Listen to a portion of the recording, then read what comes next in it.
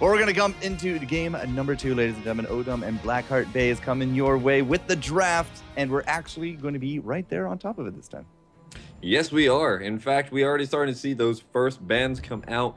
Blackheart Baes this time with the first pick, first ban. So they're going to ban out Jaina. Not dealing with that burst damage again. No, absolutely not. She was absolutely a terror. She never once went down to the 0-2 aggression, and she was able to just pay it back. How many times did we see a water elemental chase someone down for the kill? That's quite true. Or how many times did we see a blizzard absolutely obliterate somebody's health? Yeah, absolutely. So just like with the Song of Ice, no Song of Fire, so no Song of Fire and Ice today.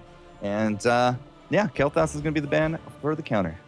Which is good, because I think Kel'Thas was the only thing that was really keeping Blackheart Baes in that last engagement, I would say a couple of times. Like I think the only reason Jaina went down was because of that flamethrower ignite double whammy of damage that took out their Jaina. So that's going to be a really good pickup from both of them. I guess it's kind of like a respect ban in a way for both teams. Absolutely. But Muradin first pick for Blackheart Baes. Yeah, they want that dwarf brother on their side this round. Right now, the Mura God, I think, is what I heard Zoya call him once upon a time in one of these casts. The Mura God, like, he is the staple, traditional, right now, this meta, you see Muradin just almost 100% of the time. Oh, yeah, he's so incredibly strong. He's got and he has so many different synergies, and he counters so many different plays. Muradin is just absolutely perfect. Yeah, 100%. So the flip side, looks like we will once more have the Banshee Queen, Sylvanas, coming our way. But they're also going to pair it up with a Nubarak. So already you can see Odom once more playing to that Sylvanas strength. And now, in that top lane, I would not be surprised to find a Nubarak just hunkered down and just start pushing with those beetles. Yeah, and Nubarak is really good at being able to do that, as well as jungle, and that's a really, really nice thing on Dragonshire as well, especially when you just have a couple of seconds reprieve between those Dragon Knights. You can just run around, pick up all those mercenary camps in the bot lane, and really do some terrible damage there. So a Nubarak is always a great pickup. Terrible damage, yeah. That goes all the way back to a StarCraft fun right there. The Queen of Blades, speaking of StarCraft, going to be joining us, and that will be paired up with Uther. This is a fantastic time for the Blackheart Baes to get it, because we're into the second ban phase. That was a 2-man pick right there. It was essential that the Kerrigan gets with the Uther. Oh yeah, especially you get that stun and you just do the combo of Kerrigan, and then later on you hit level 10 and all of a sudden you've got a Maelstrom with Divine Shield paired up. It's very, very scary, especially because if Kerrigan starts getting locked down, there's also a cleanse coming out there from Uther, as well as to supplement that Divine Shield. So Kerrigan's going to become a terror later on. Now, Odom, with their second ban, they will actually take out the Priestess of the Moon. There will be no Tyrande here in this round. And Blackheart Baes, if they want to try to solidify no cleanse, they should be probably looking to ban out Brightwing. And as I say it, Sham too, Brightwing is perfect. Absolutely perfect. The Tyrande ban, though, that's going to be a little bit of the thorn in the side of Blackheart Baes. They could have picked up some sort of long range as their last pick, but Tyrande Muradin is an absolute terror. You get one Stormbolt, then you get Lunar Flared, then you get Kerrigan, then you get Uthered. There's just no way. There's no reprieve from getting out of that. Yeah, no reprieve whatsoever. No cleanse will be in this match for Odom, which means that they got to just be very aware of that Kerrigan. Now, they already banned out the Tyrande as by themselves, so there's no information control to be brought with that one. Will we see a Tassadar with mental acuity or just a baseline Oracle to try to keep a little bit more vision in these bushes? Will they go for the Malfurion heals with a scouting drone? Yeah, that's curious. I think they could possibly go for Malfurion. Rhaegar also. Oh, okay. I was gonna say they've got a couple of Blood for Bloods setting up already, and I was curious if they're gonna go for Rhaegar just for one more. But they really melt that Muradin. They do go for the Malfurion. Yeah, the Malfurion is gonna be a pretty good pickup here. Tranquility is gonna help mitigate a good amount of that Maelstrom damage coming in there from Kerrigan, and I guess the spot healing from Wild Growth is gonna be really nice as well. So I guess it's going to be probably just the best bet out of them for just going for that Malfurion. He's a very, very solid healer. So the problem that we got with the Blackheart Baes right now is that there's no range damage on the team. Both mages are out. We already have a Falstad Sylvanas on the table. That leaves us kind of with a Vala, Zagara to go into the back line. Now, will we actually see either of those? I think both of those would actually fit in very nicely here, because you already got the Mirrodin for the front line. You have the Uther, the Kerrigan. That's a great front line all by itself. Now you just need to back it up with a punch from afar. And Zagara by herself, she could easily, I think, deal with an Uberak in that top lane as those early duelists. Yeah, that's true. That's a very good person to really kind of throw it in there for that range damage. And again, comes down to that blood for bloods. You know, you can start stacking up all those blood for bloods. You can melt somebody really quickly, doing 15% damage, and you know, you can just keep doing that. Get 3 to 4 of those down, and you're going to be doing 45 to 60% of that person's health. So they get one more blood for blood. They're sitting in a really good spot, especially because Blackheart Baes is picking up 2 different warriors here. Zagara coming in for the backline, though. Yep. That's going to be the scary part. So they have double tank. Think about that for a second. Double tank up against Malfurion. There's no burst on Blackheart Baes. Unless this is a battle dwarf of some kind that I've never seen before, they're going to have a heck of a time punching right through this Malfurion. He gets jumped, ice block. Tranquility, you can't do anything about that. And now I'm not entirely too sure we have the damage to punch through Malfurion. Yeah, well, so that's going to really depend on Odom to really pick up that ice block. Some Malfurions feel really cheeky. They're like, hey, I haven't died yet in this game. Level 13 rolls around. I'm going to pick up something like Life Seed, and then all of a sudden he's going to get paid for it. Or he might even go for Shrink Ray. If he does, that's going to be really scary. They're going to have to lock down that Kerrigan for long enough because Malfurion wanted to be a little more aggressive or melt down the damage coming in from the potential Kerrigan. Instead, he's going to actually get melted really quickly and go down. Well, between the Falstead, between the Sylvanas, between the Nubrag, I would hope that they can deal with that that Kerrigan coming in. They are going to have to deal, of course, with the blood, with all those blood for bloods coming in. But that Divine Shield will throw them a really big wrench. But that's all the more important part here for Malfurion to get the ice block. You trank, you ice block. It doesn't matter what Kerrigan could do to you during that Divine Shield. You're not going to be really suffering any of it. Quite the last pick, Sham2. I saw your face on that one. Please do tell us. Who will be the last addition to Odom? That was a enthralling pick, I'd have to say there. They're going to pick up the War Chief himself from Orgrimmar, all the way from Orgrimmar, coming in from Kalimdor. It's Thrall. So that is going to actually start to round up. This is what I was talking about before. They've got so many of these blood for bloods coming in, and Thrall's another good answer to that. However, most people actually don't even pick up level 16. They pick up that blood for blood on Thrall. He is actually just a really good for disengaging. He's so strong because Thrall has a really hard time catching his opponents. He's like that kid who never really ran that fast. He's kind of like, come on guys, come back. But guess what? If they're all trying to meet him, he's going to be an absolutely pivotal part of the team here for Odom. If people are running into his team, he is a absolutely ridiculous damage dealer. So how much do you want to say Earthquake over Sundering? No, Sundering. Always Sundering. Why? ETC. They've got the mosh pit. Why? No. Thrall, Falstead. Thrall parts those seas, and that Hinterlands is going to hit nothing. Well, actually, I've seen it before where Hinterlands is set up by the Sundering. The Sundering pushes people a set distance away. If you can line that up, it actually lines people up perfectly. So you part the seas to a little bit to their right, and all of a sudden you set up the Hinterlands a little bit to the left of that Sundering, and all of a sudden you've chained up 4 people. Well, it's going to be a heck of an execution game from Odom to actually make that happen. Remember, there's also 4 people jumping in for this melee range. ETC, Uther, Kerrigan, Mirrodin. I think Earthquake would be absolutely wonderful here to set up for the Nubrak, the Silence Arrows, the Hinterlands Blast. But we don't get to see a lot of Thrall. I'm not entirely too sure which way this will go, but that's up to the teams here to show us as we're loading into game number 2 of today's coverage, ladies and gentlemen. Dragonshire for Odom and the Blackheart Baes. Match point for Odom, Sham2. Can they 2-0? I believe that they can. Their gameplay style last game showed that they were really strong at decision-making. Dragonshire is one of the biggest decision-making maps in the game. Mechanically, we see some teams do pretty well, do some cheeky little things in Dragonshire, but if you're on point with decision-making, Dragonshire is your map. And I've seen it time and time again. Teams like Tempo Storm, the ones who are really good at those decisions and split-second decisions, will take that map. And I think Odom's just like that. They have that decision-making. All right, well, it's going to be up to them to show us that decision-making in order to make this a 2-0. But the guys on the left representing the blue side, 0 degrees once more, Perez, Dunkstick, Hardcaj, and Oblitzen, the lost reindeer.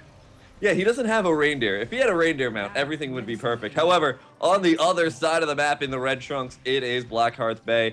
We've got Impact on the ATC Changer on the Muradin, Irvin playing Uther this time. So run up over to the support. The next slash on Kerrigan, and we've got Sheree playing that Kerrigan. Oh, sorry, that's Zagara. Oh, two all the Kerrigans, Zerg look alike. WTF, my friend. Nice big stun. The death ball mid will actually solidify a kill here early on top of the Sylvanas. And first blood in 16 seconds, off to a great start, because not only is this a little bit of experience, but it's the mentality, it's the momentum, it's the adrenaline. You got to be feeling good, bouncing back from a loss like that with a kill this early. Yeah, they are going to be able to at least take a very, very strong early part of this game, and that's going to be a really, really big point for them. However, Dragonshire, this is a map where that Dragon Knight gets even stronger later on in the game. Can they keep Kerrigan relevant?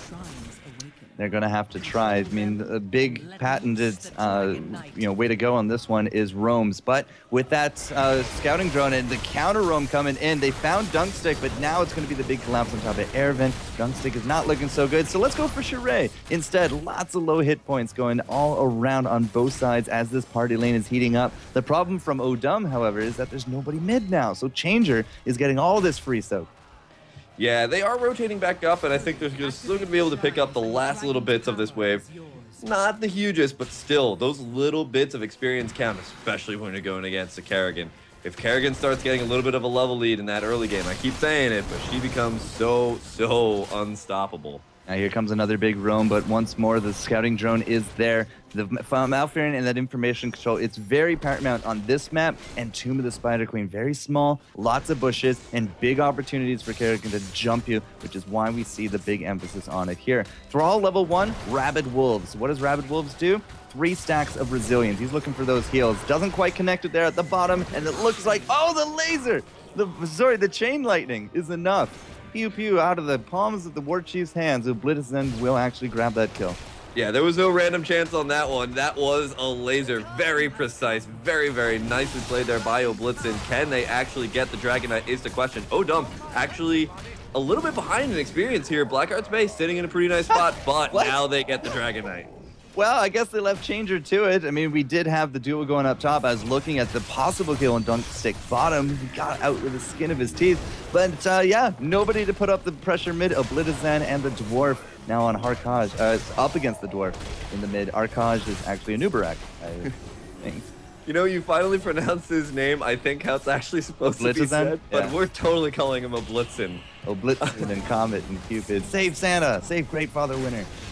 Great Father Dragon Knight going on into the bottom lane here, doing a good amount of damage now. This is the first Dragon Knight. Not too much can be done here. You can take out those turrets, though, and each of them a good chunk of experience, and that can really start to even up that gap. Actually, right now, Odom is sitting at a little bit of an experience advantage. And the experience in this game is very, very important. It's very crucial because those little talents that change how your character play, they happen at very specific levels. So if you can start to get that experience lead, you can get a huge talent lead over your opponents. There's apparently the Malfurion in that, so yeah.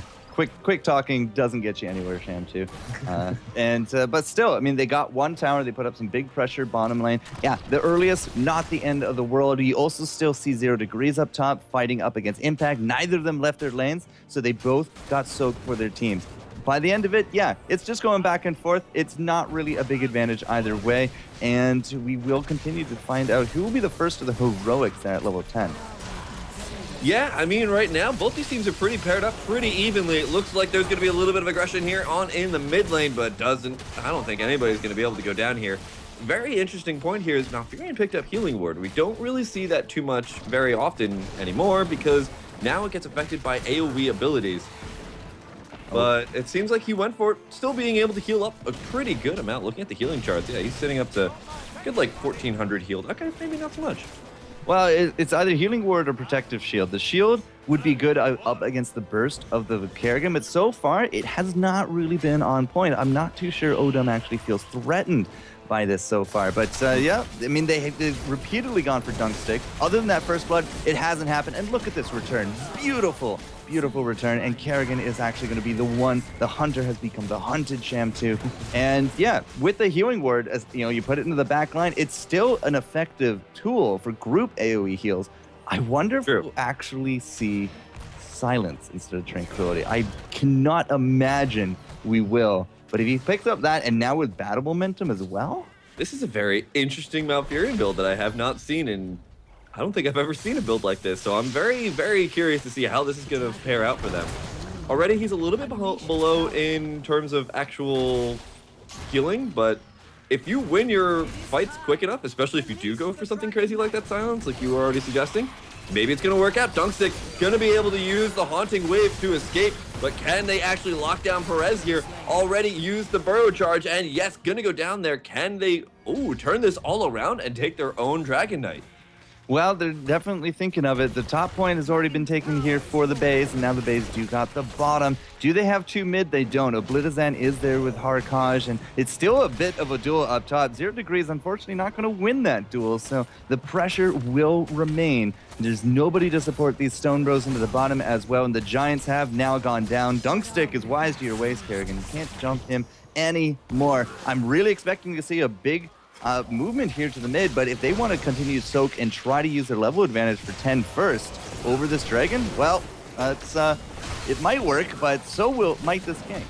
Oh man, can they actually land it though? They were having a little bit of trouble trying to lock down Harkosh. He's going to be able to get away. There's the rake, but not any type of blades to follow that up. No mana. And they're going to lose that, they're going to lose that top shrine back over here to Odom. So they're having a little bit of trouble here, trying to keep these shrines under their control. But again, look at the experience, Chester. They're not that far away from level 10. No, not at all. As I said, they do have that slight edge. If they can pick a fight here at level 10 and get both of those shrines, it's going to be a guaranteed dragon for them. And here comes the heroics. So it's likely to be Mom, Maelstrom, the Shield, the Dwarf Avatar, and ETC. ETC is the big one. Is this going to be a mosh? Or will this be the stage dive? It has to be a mosh, right? They have so much to lock down. If they don't have a mosh, they can easily get something like a maw into mosh. You can set that up pretty nicely for your team. Or, you know, whatever the heck you want to do. I believe both of those pair up to each other very, very well. Looks like already, though, we've got the level 10 coming out here for Odom as well. Next slash, going to be able to get Hinterland's Blast. There's a really nice shield. Can they turn this around? The web wrap does come down to lock out the mosh pit to lock up, but unfortunately, Sylvanas was not in that mosh pit, was able to pick up that takedown. Irvin gonna get, he was the one who was in the web wrap. I actually did not catch who was in there. And yeah, no Divine Shield to save their Kerrigan. Yeah, no Kerrigan save here today. A nice pickup on that shrine into the top as well. We got going 1-to-1 now for those shrines. No pressure of dragging. You saw the mosh, a great 3-man mosh, but with no Kerrigan there, with no Zagar, this is what I mean by, like, they don't have big bursts. Even with Kerrigan there, they couldn't kill all 3 of those. They might have been able to combo it into a Maw with the Zagara. Zagara, by the way, about to drop into the bottom lane. Does she have a sippy cup? No sippy cup. Oh, doesn't need it. Creep regeneration a little bit too good. But a great mosh. Unfortunately, they lost out the Kerrigan, and now they lose out bottom point. They don't have anybody mid. And once more, Perez will actually jump into this dragon. Yeah, and this dragon's going to be able to do a lot of damage. Now we're starting to hit 8 minutes. Now is when this dragon start really putting some pressure on these forts. Can the rest of Odom come in here, collapse, and start turning this around? The question is no, but Dunkstick just used his Haunting Wave. Can they actually lock him down enough to take him out? The Divine Shield already used here on Kerrigan, but Irvin taking a lot of damage is not gonna go down. So close. Changer now the target of everybody's ire. Can they pick up the double kill? No, they don't. But they are gonna be able to get at least one more person down. There's the Uther Ghost running around, trying to heal everybody up, trying to be useful in some manner in death. But the Dragon Knight's still up here. We had a 2-man Maw there from Shrew as well. That double kill would have been amazing, but fortunately it just did not happen. You see the knockback there from Impact. There's no going to be running a punting kick here from Perez. We still got 6 seconds on the Dragon. You might be able to breathe a little bit of fire into this top lane, but that is at best, you got a little bit. But that will be that. 13-12, a whole level advantage now going the way of Odom. And those 13 talents are coming out strong. Ice Block at level 13 as expected. Yeah. And you know what? I think one thing that I always keep forgetting is that Anubarak has so many different talent choices that he can really go for just whatever he needs to. We can see he's actually not even going for a beetle build here. And he's actually building, for the most part, pretty sustained, which is going to be very useful here. But 0 Degrees getting engaged upon, not going to actually get taken down. But yeah, which is really interesting. I guess because Anubarak is their only soul tank here, they're going to just try and keep him alive by just using shields, by using Regen Master and the Under King. So he's going to be heavy initiation.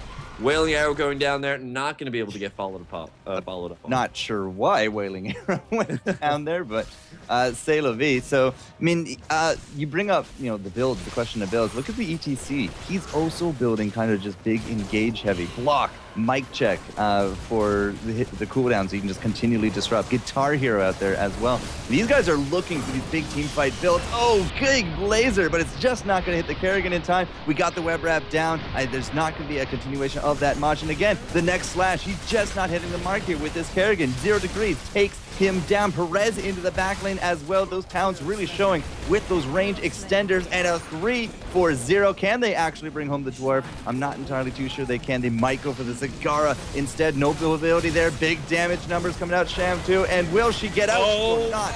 God, she goes down, and that's going to be 4 down, Jester. That's going to allow them to possibly just move right on in here and take this keep. They've got Kerrigan up in a couple of seconds. No, okay, they're going to back up. They're going to play this nice and safe, but whoa. 5 seconds. Why would you push the keep if you could go get a dragon and do the same thing, but remove the threat from your opponents? The opponents are also now going to be tied up because we have those bruisers going to be pushing pressure into this top lane, and that is a 16-13 split. We have once more a talent tier advantage for Odom with that level 16 talents now coming into it. 1 and 2 blood for bloods. It's going to be the Cold Embrace for the vulnerabilities, but also check out the Falstead build. He not only went power throw, boomerang, but now hammer time at level 16. Really curious is they've got 2 blood for bloods, but the Sylvanas did not go for blood for bloods. Actually did pick up Cold Embrace, which is going to engage a little bit more of that vulnerability like we saw from the Jaina last game. So a little bit of a different talent choice than I would have expected, but hey, that all works as long as they can still take somebody out. Here comes a web wrap to engage here. Irvin is actually the one who's outside of it, and finally we're going to see next slash pop out, but they still have the Divine Shield. Kerrigan available. Nope, Kerrigan says, I'm out of here, trying to get out of here, but there are 5 people going to collapse on her. Can she get out? There's the sprint to get away, and yes, Kerrigan will survive for another day. I like how she just immediately came out of it. It's like, whoop, whoop, whoop, whoop, into the bottom lane. It's just like, nope, not dealing with this. Just takes the detour around. But because, again, the map advantage for Odom, they got bottom point. They're likely to put up top here with 0 Degrees, I want to say. And then all they have to do is just dunk down another dragon. Slash is getting really gutsy and really, really far forward. Kerrigan now going to be regretting that one. No sprint to save her Heine that time. But they do take these Stone Bros. They're starting to do that damage. Here comes the Sylvanas as well as a Blittizen, and just the damage is absolutely real. 0 Degrees will get this top, and a Nubarak on Perez. He's looking for that dragon right now. Yeah, I don't know if even Impact is going to be able to get away from this. If Falstad does decide to come down and engage, they could easily pick up Impact and still maintain that huge advantage. Kerrigan still down. The keep is now under pressure, which is one of my favorite songs, but unfortunately it's not going to be one of the best things that's going to come out here for Blackheart Baes. They're in a really rough spot. Oh, Irvin just getting a little bit out of range of that kick. Really well played for him, but big roots coming out from the Malfurion. Does he have those tenacious? You bet he does.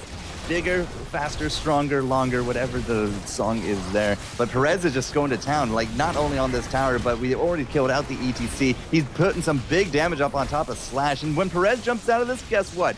It's an Anubarak. You're going to be looking for a web wrap on top of Irvin, and they're just going to look for this team wipe. Yeah, and you know what? Not having their ETC right now is putting a huge impact on their ability to defend this. And with that Dragon Knight coming right back on in again, there is the Sundering. Oh, next slash gets the ire of so many. Blood for Bloods going to also eliminate Sheree, and this is possibly looking like they're going to be able to go straight on in here. Can they pick up another kill here? Irvin getting picked up by the Wailing Arrow at the last second. The web wrap is going to free up in a couple of seconds. The Tranquility Impact, though, gets the mosh pit. But I don't know if there's that much they can really do here. The core trying to wail away everybody as much as possible. The Hinterlands Blast really put a stopper on that damage coming out from them, and the core is now starting to go down, Jester. Oh, man. Yeah, 50% and counting. This is going to be a very nice 2-0 for Odom as they will continue on here for the Road to BlizzCon 2015 June qualifiers. Congratulations to them. The Blackheart Baes, we're sorry, guys. 0-2 means you're out of there. And you put up a good fight and there's some interesting strategies today. But to the victor goes the spoils, and it will be Odom for the victory.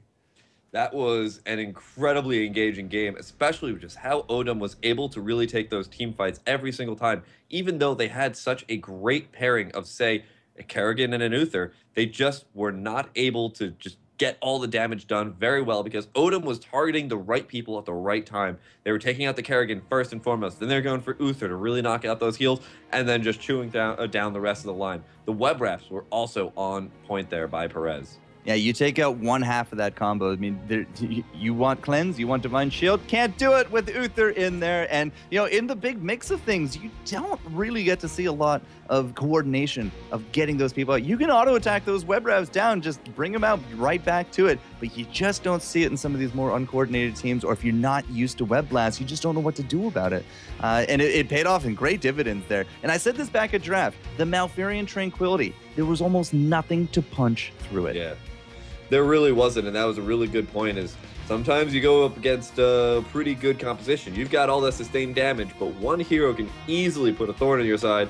Now, Fury, the king of entangling roots, did put that thorn in by using that tranquility, and that really kind of put the rest of their damage to sleep. It really kind of did. So Odom will advance here into the round of 64. One more advancement, and they go home with some Battle.net cash for their efforts this weekend. If they get farther up that chain, the more prizes they're going to be looking at. And I think the top seed overall, which will be decided next weekend, gets seeded right into BlizzCon, I believe. I believe that is exactly how that works, and that is a pretty big... No, I believe that goes to the North America Finals. Right, so they get seeded into the regionals. Yes, into the regionals, yeah. Quite correct. And then regionals go into the finals. At the same time, look at this top four prizing, Shamdu. $5,000 to be awarded in the next week and a bit. $2,500 to the second place. 3 and 4 go home with $1,000 each. Top 8 is all cash. Everything else there, Battle.net money. But still, Battle.net money can go a long way. You play Hearthstone, you love them cards. You play Heroes, you love them skins. You play WoW, I don't know what you buy in WoW anymore, but you can buy something. It is good on everything. Yeah, it is. It is incredibly useful, especially just with how many awesome skins are coming out here from Heroes of the Storm. Please. These skins, please. I immediately just like look at my wallet and I'm like, I'm so sorry, wallet. I'm so sorry. But that I gotta Steam do sale? this. Blizzard, Battle.net money, my friend. Oh, yeah. No Steam sales here. All right, so we are done with this match. Odom will advance 2-0. I believe our next match will be Cognitive up against the winners of their first round, which was, I believe, NV by disqualification. So I'm going to confirm that with admins. We're going to put up the setting up. Enjoy some trailers for now. Of course, if you do like what we're doing here, guys, spread the word. We're absolutely, accommodating to all of our fans, our viewers, our listeners. You really like it, feel free to hit that subscription button, guys. The more subs I get, the more icons I can throw out to you. And you can also find us out there, Twitch, Twitter, YouTube, Facebook. Sham2, I believe you're just at Sham2. Yeah, it is quite true. I just